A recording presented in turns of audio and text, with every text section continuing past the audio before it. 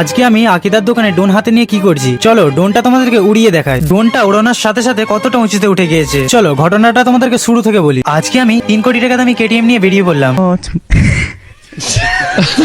আমার মনটা 3 কোটি টাকা দামি কেটিএম এর উপরে এতটাই পড়ে গেছে যে নাকিমকে আনতেই ভুলে গিয়েছিলাম।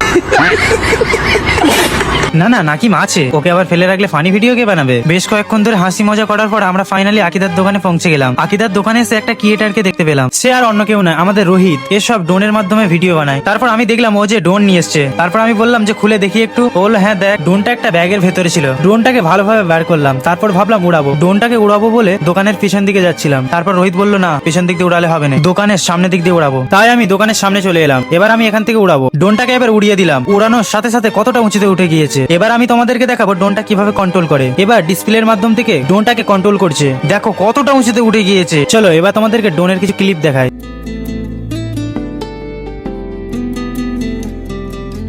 দেখো ড্রোনের ক্লিপ এখনো অনেক আছে, সব দেখানো মিনি ব্লগে সম্ভব নয়। তোমরা যদি ড্রোনের কিছু ক্লিপ দেখতে চাও তাহলে তোমরা রোহিতদের আইডিতে দেখে নিও, কারণ মিনি ব্লগে অতটা দেওয়া সম্ভব না। বাই দা ওয়ে, এখন আমাদেরকে ড্রোনটা নামাতে হবে। দেখো এবার আমাদেরকে ড্রোনটা নামাতে হবে, তাই আমরা নামিয়ে নিলাম ড্রোনটাকে। তারপর আমি সোজা চলে গিয়েছিলাম কালিকাপুর ফুটবল মাঠে। এখানে এসে কিছু ফানি ভিডিও শুট করে নিলাম। করে নিয়ে এবার আমরা বাড়ি ফিরছি। আর আজকের মিনি ব্লগটা এতটাই। দেখা হচ্ছে কোনো নেক্সট ব্লগে, তার জন্য কিন্তু ফলো করে নাও।